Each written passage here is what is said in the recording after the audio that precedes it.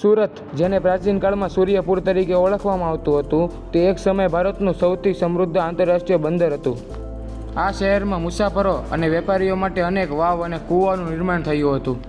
આ જ ભવ્ય વારસાનો એક અદ્ભુત અને છુપાયેલો હિસ્સો એટલે સુરતના લાલ દરવાજા વિસ્તારમાં આવેલી ખમ્માવતી વાવ.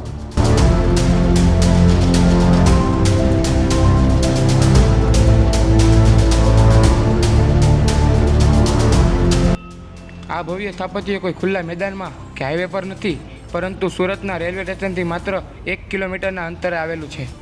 તે લાલ દરવાજા વિસ્તારની છોવાળાની શેરીમાં એક ખાનગી મકાનમાં વાડામાં સુરક્ષિત છે.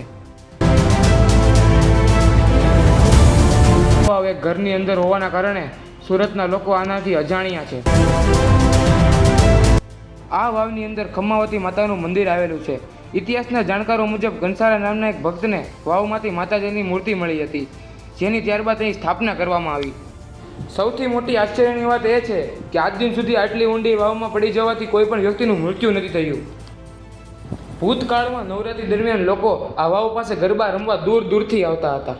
એક સમયે સ્થાનિકોમાં એવી પ્રબળ શ્રદ્ધા હતી કે આ વાવના પાણીમાં ઔષધીય ગુણો છે, જેનાથી ચર્મરોગ, ઉધરસ અને હાડકાનો રોગો મટી જતા હતા.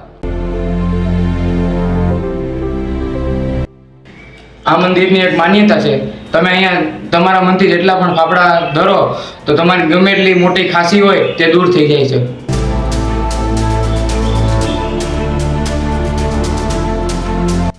આશરે 600 વર્ષ જૂની આ વાવનું નિર્માણ વણજારો દ્વારા કરવામાં આવ્યું હતું, તેથી તેને વણજારી વાવ પણ કહેવામાં આવે છે.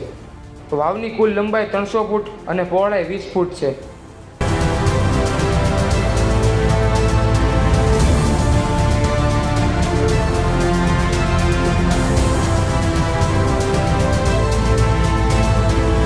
આ વાવ શિલ્પશાસ્ત્ર મુજબ નંદા શૈલીમાં બનાવવામાં આવી છે.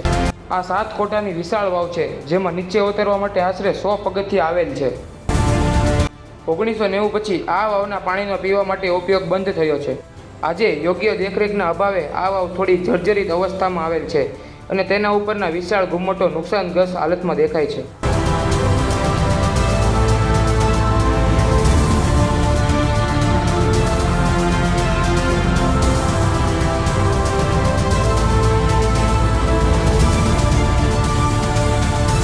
આવા ને આવા મજેદાર વિડીયો જોવા માટે હમણાં જ સબસ્ક્રાઈબ, લાઇક અને શેર કરો.